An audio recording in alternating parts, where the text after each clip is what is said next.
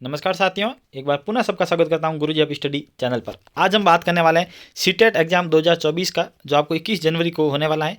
उनका topic psychology, जिनके 30 question के बारे में हम आज डिटेल से बात करेंगे। मॉडल पेपर फर्स्ट है। जब तक आपका एग्जाम होगा 21 जनवरी तक, तब तक काफ़ी मॉडल पेपर हम कर चुके होंगे।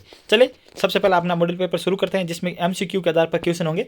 सबसे पहला क्वेश्चन है, देखिए, किसने सबसे पहले बुद्धि परीक्षण का निर्माण किया था? सबसे पहले बुद्धि परीक्षण का जो निर्माण किया था वो किसने किया था? अल्फ्रेड बिने ने किया था।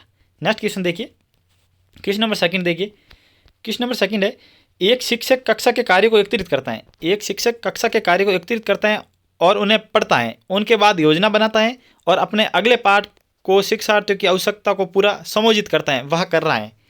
देखिए, सीखने के रूप में आकलन, सीखने के लिए आकलन, सीखने के समय आकलन, सीखने का आकलन। तो इसका राइट आंसर क्या हो जाएगा? सीखने के लिए आकलन। क्या हो जाएगा? सीखने के लिए आकलन। देखो, दो चीज़ें होती हैं इसमें। एक तो होता है सीखने का आकलन, एक होता है सीखने के लिए आकलन। जब भी टीचर पाठ पढ़ाने से पहले जो योजना बनाता है, अपनी खुद की तैयारी करता है, या पाठ पढ़ाने के दौरान जो क्रियाकलाप करता है, उसको तो कहते हैं सीखने के लिए आकलन, पाठ पढ़ाने के दौरान।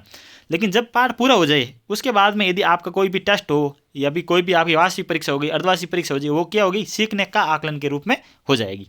नेक्स्ट देखिए, क्वेश्चन नंबर थर्ड, कक्षा कक्ष में जेंडर विभेद। कक्षा कक्ष में यदि जेंडर विभेद है, जेंडर विभेद का मतलब क्या हो जाएगा? लिंग के प्रति क्या करना? भेदभाव करना। देखिए, जेंडर विभेद से तात्पर्य है, ए नंबर ऑप्शन देखिए, शिक्षार्थियों को असोन्मुख प्रयास अथवा निष्पादन का कारण बन सकता है। पुरुष शिक्षार्थियों के वर्दी उन्मुख प्रयासों अथवा निष्पादन का कारण बन सकता है। महिला शिक्षकों की अपेक्षा पुरुष शिक्षकों द्वारा अधिक किया जाता है। शिक्षार्थियों के निष्पादन को प्रभावित नहीं करता। देखो, जेंडर विभेद है, वो सबसे पहले शिक्षार्थियों के निष्पादन को प्रभावित करेगा, ये तो तय है। लेकिन देखो, महिला शिक्षकों की अपेक्षा पुरुषों में अधिक होता है। ये कहीं नहीं लिखा है कि महिलाओं में ज़्यादा होता है, पुरुषों में कम होता है, या कहीं पर नहीं है। देखो, ये ऑप्शन देखिए, शिक्षार्थी को असोन्मुख प्रयास अथवा निष्पादन का कारण बन सकता है। ये वाला ऑप्शन आपका राइट हो जाएगा। नेक्स्ट देखिए, क्वेश्चन नंबर 4 देखिए, ध्वनि संबंधी जागरूकता निम्नलिखित में से किस क्षमता से संबंधित है? ध्वनि संबंधी जागरूकता है वो किससे संबंधित है? सही व धारापूर्वक बोलना, जानना समझना व लिखना, व्याकरण के नियमों में दक्ष होना, ध्वनि संचरण पर चिंतन करना व उनमें हेरफेर करना। तो इसका राइट आंसर हो जाएगा ध्वनि संचरण में पर चिंतन करना और इसमें हेरफेर करना। इसका राइट आंसर हो जाएगा। ऑप्शन नंबर 5 देखिए, क्वेश्चन नंबर 5, प्रकृति पोषण विवाह निम्नलिखित में से किससे संबंधित है? यदि बात करें प्रकृति का मतलब हो गया, क्या हो गया? प्रकृति से वंशानुगत हो गया। और पोषण है वो जो वातावरण से हम प्राप्त करते हैं। तो इसका राइट आंसर हो गया अनुवांशिकी और वातावरण से संबंध है प्रकृति और पोषण का। नेक्स्ट क्वेश्चन देखिए, मानव विकास। मानव विकास किस प्रकार से होता है? गुणात्मक होता है, कुछ सीमा तक अमापनीय होता है, मात्रात्मक तथा गुणात्मक दोनों होता है, या फिर मात्रात्मक। देखो, मानव का जो विकास होता है ना, मात्रात्मक और गुणात्मक दोनों रूपों में होता है। मात्रात्मक का मतलब क्या होता है? शरीर की मात्रा में वृद्धि होना, जैसे उनके शरीर के अंगों का बढ़ना होता है, शरीर का वजन का बढ़ना होता है, शरीर की लंबाई बढ़ना होता है, मोटाई बढ़ना, ये सब मात्रात्मक हो गई। गुणात्मक का मतलब क्या हो जाएगा? व्यक्ति के अंदर गुणों का विकास होना, अलग अलग गुणों का विकास होना, वो हो जाएगा गुणात्मक। तो दोनों रूप में व्यक्ति का विकास होता है। नेक्स्ट देखिए, निम्न में से कौन सा समाजीकरण की निष्क्रिय एजेंसी है? समाजीकरण की निष्क्रिय एजेंसी है, देखो, परिवार, इको क्लब, सार्वजनिक पुस्तकालय और स्वास्थ्य क्लब। तो इसका राइट आंसर हो जाएगा सार्वजनिक पुस्तकालय, यानी कि निष्क्रिय एजेंसी है। नेक्स्ट देखिए, क्वेश्चन नंबर 8। क्वेश्चन नंबर 8 है, संज्ञानात्मक विकास निम्न में से किसके द्वारा समर्थित होता है? संज्ञानात्मक विकास है वो किन के द्वारा समर्थित होता है? उन गतिविधियों को प्रस्तुत करना जो पारंपरिक पद्धतियों को सुदृढ़ बनाती है, एक समृद्ध और विविधतापूर्ण वातावरण उपलब्ध कराना, सहयोगात्मक की अपेक्षा व्यक्ति गतिविधियों पर अधिक ध्यान केंद्रित करना, जितना संभव हो उतनी आवृत्ति से संगत और सुनियोजित परीक्षाओं का आयोजन करना। तो इसका राइट आंसर हो जाएगा एक समृद्ध और विविधतापूर्ण वातावरण उपलब्ध कराना। नेक्स्ट देखिए, क्वेश्चन नंबर 9 है, निम्न में से कौन सा सीखने की शैली का एकमात्र उदाहरण है? सीखने की शैली का एकमात्र उदाहरण है। तो देखो, संग्रहण, स्पर्श संबंधी, तथ्यात्मक और चाक्षुष। तो इसका राइट आंसर हो जाएगा चाक्षुष। चाक्षुष का मतलब क्या होता है? जब भी कोई आप विषय वस्तु उपलब्ध कराते हैं, उस विषय वस्तु के साथ साथ चित्र भी उपलब्ध कराना, तो वो कौन सी हो जाएगी? चाक्षुष विधि हो जाएगी। चाक्षुष विधि का मतलब है जो भी आप विषय वस्तु, जैसे आप देखते हैं ना किताबें, जब भी किताबें खोलते हैं तो उसमें पाठ के साथ साथ चित्र भी दे रखा होता है। जैसे किसी गांव का वर्णन कर रखा है, तो उस गांव का चित्र भी आपको साथ में दे रखा है। तो उसमें क्या होता है? बालक आसानी से समझ सकता है, सीख सकता है, उसको कहते हैं चाक्षुष। तो इसका राइट आंसर हो जाएगा चाक्षुष। नेक्स्ट देखिए, क्वेश्चन नंबर 10 देखिए, प्रेरणाएं अनुभूतियों के संतुष्टिकरण की अवस्था तक पहुंचने और व्यक्तिगत लक्ष्यों को प्राप्त करने की आवश्यकता को संबोधित करती हैं। देखो, भावनात्मक रूप से, संरक्षण उन्मुखी रूप से, सुरक्षा उन्मुखी रूप से और प्रभावी रूप से। तो इसका राइट हो जाएगा भावनात्मक रूप से। क्या हो जाएगा? भावनात्मक रूप से। नेक्स्ट देखिए, क्वेश्चन नंबर 11 देखिए, स्मृति का द्वितीय सोपान है। देखो स्मृति का द्वितीय सोपान कौन सा हो जाएगा? धारण करना। क्या हो जाएगा? धारण करना। देखो स्मृति के 4 सोपान होते हैं। कौन कौन सा होता है? सबसे पहले होता है सीखना। क्या होता है? सीखना या अवधान, सीखना या अवधान करना, फिर उसको धारण करना। सबसे पहले तो सीखेगा कोई चीज़, फिर उसको धारण का मतलब क्या होता है? उसको अपने मन मस्तिष्क में लेना या अपने ज्ञान के रूप में अर्जित करना। फिर दूसरा हो गया धारण करना। तीसरी चीज़ हो गई उसको पुनः स्मरण करना। क्या करना है? पुनः स्मरण का मतलब रिकॉल। पुनः स्मरण का मतलब क्या हो जाएगा? रिकॉल करना, याद करना। और चौथी चीज़ क्या हो जाएगी? उसको पहचान करना। चौथी चीज़ हो जाएगी पहचान। देखो नेक्स्ट क्वेश्चन इसी के आधार पर है। देखो स्मृति के चारों अंगों का क्रम है। देखो स्मृति के चारों अंग कौन कौन से हैं? देखो स्मृति का मतलब क्या हो जाएगा? हमारा माइंड है स्मृति। देखो सीखना या धारण करना एक ही चीज़ है। सीखना या धारण करना, सॉरी सीखना या अवधारणा, फिर है धारण करना, पुनः स्मरण और पहचाना। 4 ऑप्शन 4 हो गए। सबसे पहला तो हो गया सीखना, जिसे कहते हैं अवधान। अवधान का मतलब ध्यान देना, फिर धारण करना, फिर पुनः स्मरण और फिर पहचान। नेक्स्ट देखिए क्वेश्चन नंबर 12 नहीं 13 देखिए, प्रेरणा के 4 स्रोत कौन कौन से हैं? प्रेरणा का मतलब होता है मोटिवेशन। मोटिवेशन के 4 स्रोत कौन कौन से हैं? जैसे देखो सबसे पहला होता है चालक। चालक होता है, चालक का मतलब जो व्यक्ति है जो मोटिवेट हो रहा है वो चालक हो गया। फिर क्या है? वो व्यक्ति किसी उद्दीपन को देखता है। उद्दीपक को देखता क्या होता है? प्रेरित होता है। प्रेरित होकर उन आवश्यकता की तरफ दौड़ता है, तो उनका अपने आवश्यकताओं को पूर्ति करते हैं। सबसे पहले देखो कोई चालक है, कुछ चालक किसी चीज़ को देखता है, चीज़ को देखकर क्या होता है? मोटिवेट होता है। मोटिवेट होता है तो वो उन आवश्यकताओं को पूर्ति कर लेता है। नेक्स्ट देखिए क्वेश्चन नंबर 14, प्रेरणा के मुख्य स्रोत हैं।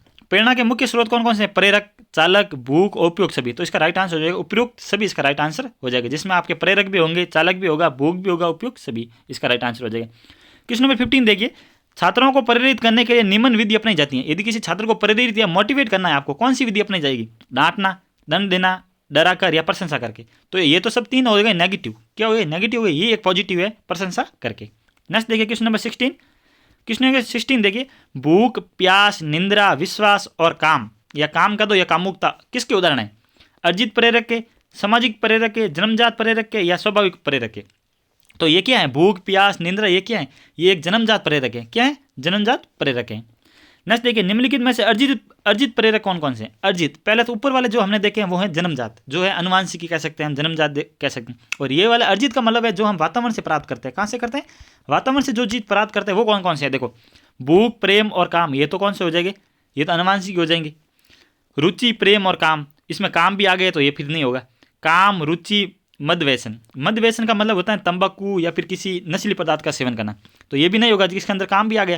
देखो मद व्यसन, रुचि और मनोवर्ती। मनोवर्ती का मतलब होता है दृष्टिकोण। मन और वर्ती का मतलब दृष्टिकोण होता है, देखने का नजरिया होता है। तो देखो देखने का नजरिया हम समाज से प्राप्त करते हैं। रुचि हमारे अनुसार होती है, अलग अलग व्यक्ति की अलग अलग रुचि होती है। मद व्यसन, कोई व्यक्ति मादक पदार्थ का प्रयोग करता है, कोई नहीं करता, ये भी वातावरण से सीखता है। तो इसका राइट आंसर हो जाएगा option number D. Next question देखिए क्वेश्चन नंबर 18। क्वेश्चन नंबर 18 है, प्रेरणा कार्य को आरंभ करने, जारी रखने तथा नियमित करने की प्रक्रियाएं। यह परिभाषा किसने दी थी? यह परिभाषा दी थी गुड ने। किसने दी थी? गुड ने यह परिभाषा दी थी। नेक्स्ट क्वेश्चन देखिए, निम्नलिखित में जन्मजात प्रेरकों का समूह है। जन्मजात जो प्रेरक हैं या जन्मजात मोटिवेटर हैं वो कौन सा समूह है उनका? तो जन्मजात प्रेरकों का समूह कौन सा हो जाएगा? काम, भूख और प्रेम, रुचि, मद व्यसन और प्रेम, भूख, रुचि या दृष्टिकोण, उपरोक्त में से कोई नहीं। तो इसका राइट आंसर होगा काम, भूख और प्रेम। इसका राइट आंसर हो जाएगा। क्वेश्चन नंबर 20 देखिए, प्रेरक निम्नलिखित प्रकार के होते हैं। प्रेरक कितने प्रकार के होते हैं? प्रेरक देखिए 2 प्रकार के होते हैं। खासतौर से मुख्य रूप से बात करूं तो 2 प्रकार के होते हैं। एक होता है सकारात्मक, एक होता है नकारात्मक। देखो सकारात्मक कौन कौन से होते हैं? जैसे किसी व्यक्ति की प्रशंसा करना, किसी को इनाम देना, पुरस्कारित करना, ये सब क्या है? सकारात्मक हो गई। अब किसी व्यक्ति को डराना, धमकाना या फिर उसको क्या कहते दंडित करना या फिर मारना, पीटना, ये सब क्या है? नकारात्मक क्या है?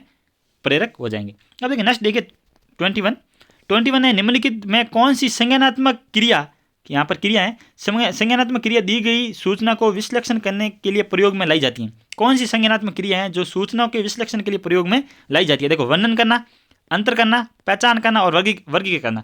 देखो यहाँ पर अंतर करना और वर्गीकरण करना एक ही शब्द है, दोनों का अर्थ क्या है? एक ही है यहाँ पर। तो यहाँ पर तो होगा नहीं ये दोनों, अंतर करना और वर्गीकरण करना। तो इसका सही राइट आंसर क्या हो जाएगा? पहचान करना। क्या करना? पहचान करना, इसका राइट आंसर हो जाएगा। नेक्स्ट देखिए, नेक्स्ट क्वेश्चन वेरी इंपॉर्टेंट है। देखो राजेश अति लोलुप पाठक हैं। वह अपने कोर्स के पुस्तकें पढ़ने के अतिरिक्त प्राय पुस्तकालय जाता है और भिन्न प्रकरणों पर पुस्तक पढ़ता है। इतना ही नहीं, राजेश भोजन अवकाश में अपने परियोजना से संबंधित कार्य करता है। इसे परीक्षाओं के लिए पढ़ने के लिए अपने शिक्षकों अथवा अभिभावकों द्वारा कभी भी कहने की जरूरत नहीं है।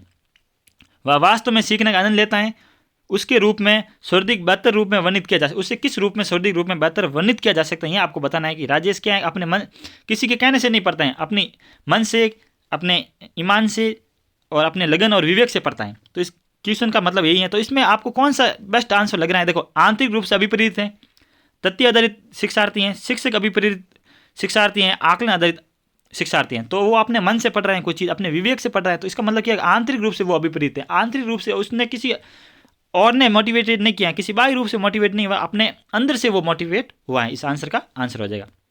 नेक्स्ट देखिए क्वेश्चन नंबर 23, यदि पूर्व प्राथमिक स्तर पर बच्चों को खोज करने की अनुमति दे दी जाए तो वे संतुष्ट हो जाते हैं। जब उन्हें हस्तोत्साहित किया जाता है तो वे व्याकुल, यहाँ पर व्याकुल शब्द है, व्याकुल हो जाते हैं। तो ऐसी उनकी अभिप्रेरणा के कारण हैं। किस कारण से वो करते हैं? तो देखो, अपनी शक्तियों का उपयोग करते हैं, अपनी उपेक्षा को कम करने, कक्षा के साथ संबंध होने, कक्षा में अव्यवस्था फैलाने। तो वो देखो, जैसे हम किसी व्यक्ति को इनाम देते हैं तो वो क्या आता है? संतुष्ट हो जाते हैं। जब उसको हस्तोत्साहित करते हैं तो वो व्याकुल हो जाता है। तो इसका कारण क्या है? अपनी उपेक्षाओं को कम करते हैं। यदि उनकी उपेक्षाओं को कम करेंगे तो वो इस कारण से वो डिमोटिवेट हो जाएगा। नेक्स्ट देखिए क्वेश्चन नंबर 24, मानव बुद्धि एवं विकास की समझ शिक्षकों को खाली जगह के योग्य बनाती है। मानव बुद्धि एवं विकास की समझ शिक्षक को किस योग्य बनाती हैं? निष्पक्ष रूप से अपने शिक्षण अभ्यास में शिक्षण के समय शिक्षार्थियों के संवेगों पर नियंत्रण बनाए रखने, विविध विद्यार्थियों के शिक्षण के बारे में स्पष्टता, शिक्षार्थी को यह बनाने कि वे अपने जीवन में कैसे सुधार कर सकते हैं। तो इसका राइट आंसर क्या हो जाएगा? शिक्षण के समय शिक्षार्थी के संवेगों पर नियंत्रण बनाए रखना, ये तो होगा नहीं। विविध शिक्षार्थियों के शिक्षण के बारे में स्पष्टता, ये भी नहीं होगा। तो इसका राइट आंसर निष्पक्ष रूप से अपने शिक्षण अभ्यास के योग्य बनाती हैं। नेक्स्ट देखिए क्वेश्चन नंबर 25, क्वेश्चन नंबर 25 हो जाएगा, निम्नलिखित में से कौन सा सत्य है? सत्य आपको बताना है। शिक्षक द्वारा प्रश्न पूछना संज्ञानात्मक विकास के बाधक है? बाधक तो कभी नहीं हो सकता है। विकास और सीखना समाज संस्कृति संदर्भ से अप्रभावित है? अप्रभावित कभी नहीं होता है, प्रभावित होता है। और नेक्स्ट देखिए ऑप्शन नंबर 3, शिक्षार्थी एक निश्चित तरीके से सीखते हैं। खेलना संज्ञान और सामाजिक दक्षता के लिए सार्थक है। क्या है? खेलना संज्ञान और सामाजिक दक्षता के लिए सार्थक है। इसका राइट आंसर हो जाएगा ऑप्शन नंबर डी। अब देखिए क्वेश्चन नंबर 26 देखिए, बच्चे के विकास में आनुवंशिकता और वातावरण की भूमिका के बारे में निम्नलिखित में से कौन सा कथन सत्य है? आनुवंशिकता और वातावरण के बारे में आपको बताना है। ऑप्शन नंबर ए देखिए, आनुवंशिकता और वातावरण दोनों एक बच्चे के विकास में 50-50% योगदान देते हैं। नहीं, कोई जरूरी नहीं है कि ये 50-50% योगदान देते हैं। कभी आनुवंशिकता ज़्यादा योगदान दे सकती है, तो कभी वातावरण का भी योगदान ज़्यादा हो सकता है। दूसरा ऑप्शन देखिए, साथियों और माता पिताओं का सापेक्ष योगदान योगात्मक नहीं है। ये भी गलत हो जाएगा क्योंकि नेगेटिव आंसर आ रहा है यहाँ पर। आनुवंशिकता और वातावरण एक साथ प्रचलित नहीं होते हैं। आनुवंशिकता और वातावरण एक साथ प्रचलित नहीं होते हैं, ये भी गलत हो जाए क्योंकि आनुवंशिकता और वातावरण दोनों साथ साथ में ही चलते हैं। तो इसका राइट आंसर हो गया ऑप्शन नंबर डी, सहज रुझान वातावरण से संबंधित है, जबकि वास्तविक विकास के लिए आनुवंशिकता जरूरी है। नेक्स्ट देखिए क्वेश्चन नंबर 27, समाजीकरण क्या है? समाजीकरण किसे कहते हैं? जब व्यक्ति किसी समाज के अंदर रहकर अपना खुद का विकास करता है, समाज का विकास करता है, वही समाजीकरण है। तो इसका मतलब क्या हो जाएगा? सामाजिक मानदंडों में परिवर्तन, शिक्षक एवं पढ़ाए गए के बीच संबंध, समाज के आधुनिकीकरण की प्रक्रिया, समाज के मानदंडों के साथ अनुकूलन। तो क्या हो जाएगा? समाज के जो मानदंड बनाए गए हैं उनके साथ अनुकूलन या संयोजन करते हुए सीखना क्या है? समाजीकरण कहलाएगा। नेक्स्ट देखिए क्वेश्चन नंबर 28, क्वेश्चन नंबर 28, शिक्षार्थी के ज्ञान अर्जन में सहायता करने के क्रम में अध्यापकों को किस पर ध्यान केंद्रित करना चाहिए? शिक्षार्थी के ज्ञान अर्जन में सहायता करनी है तो अध्यापकों को किस पर ध्यान केंद्रित करना चाहिए? सुनिश्चित करना कि शिक्षार्थी सब कुछ याद करते हैं, शिक्षार्थी के द्वारा प्राप्त किए गए अंगों या डिग्रियों पर, शिक्षार्थी को सक्रिय भागीदारी के लिए शामिल करना, शिक्षार्थी के द्वारा अधिगम की अवधारणा में कुशलता प्राप्त करना। तो इसका राइट आंसर हो जाएगा सक्रिय सहभागिता। जब एक्टिव होता है या एक्टिव रूप से किसी चीज़ को करता है, सक्रिय सहभागिता होती है, तो वो क्या होता है, क्या करता है? तो अध्यापक को उस चीज़ को ध्यान केंद्रित करने में क्या आता है? सहायता मिल जाती है। नेक्स्ट देखिए क्वेश्चन नंबर 29, अध्यापिका ने ध्यान दिया कि पुष्पा अपने आप किसी एक समस्या का समाधान नहीं कर सकती हैं, फिर भी वह एक वयस्क या साथी के मार्गदर्शन की उपस्थिति में ऐसा करती हैं। इस मार्गदर्शन को कहते हैं, देखो पुष्पा क्या है कि अकेले किसी कार्य को नहीं कर सकती हैं। क्वेश्चन क्या कह रहा है? पुष्पा अकेले किसी कार्य को नहीं करती हैं, किसी को सहयोग की जरूरत होती है तब वो उस कार्य को आसानी से कर सकती हैं। ऑप्शन देखिए, पार्श्वकरण, पूर्व क्रियात्मक चिंतन, समीपस्थ विकास का श्रेय या सहारा देना। तो सहारा देना इसका राइट आंसर हो जाएगा। सहारा देना का मतलब है किसी का सपोर्ट होना, सपोर्ट के माध्यम से किसी चीज़ को सीखना। नेक्स्ट देखिए अंतिम हमारा आज का क्वेश्चन है 13, निम्न में से कौन प्रारंभिक बाल्य अवस्था अवधि के दौरान उन भूमिकाओं एवं व्यवहारों के बारे में जानकारी प्रदान करते हैं जो एक समूह में स्वीकार्य हैं?